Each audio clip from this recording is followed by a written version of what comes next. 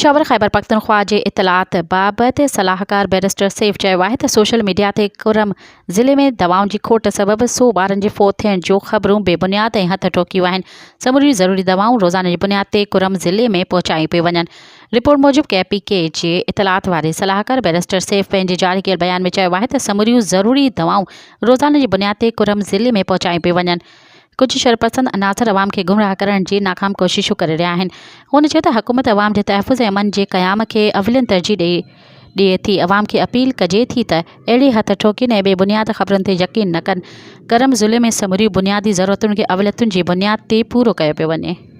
मज़ीद ख़बरनि ऐं तफ़सीलात लाइ विज़िट कयो असांजी वेबसाइट www.awamiNewsHD.com ऐं ॾिसंदा रहो अवामी न्यूज़ HD।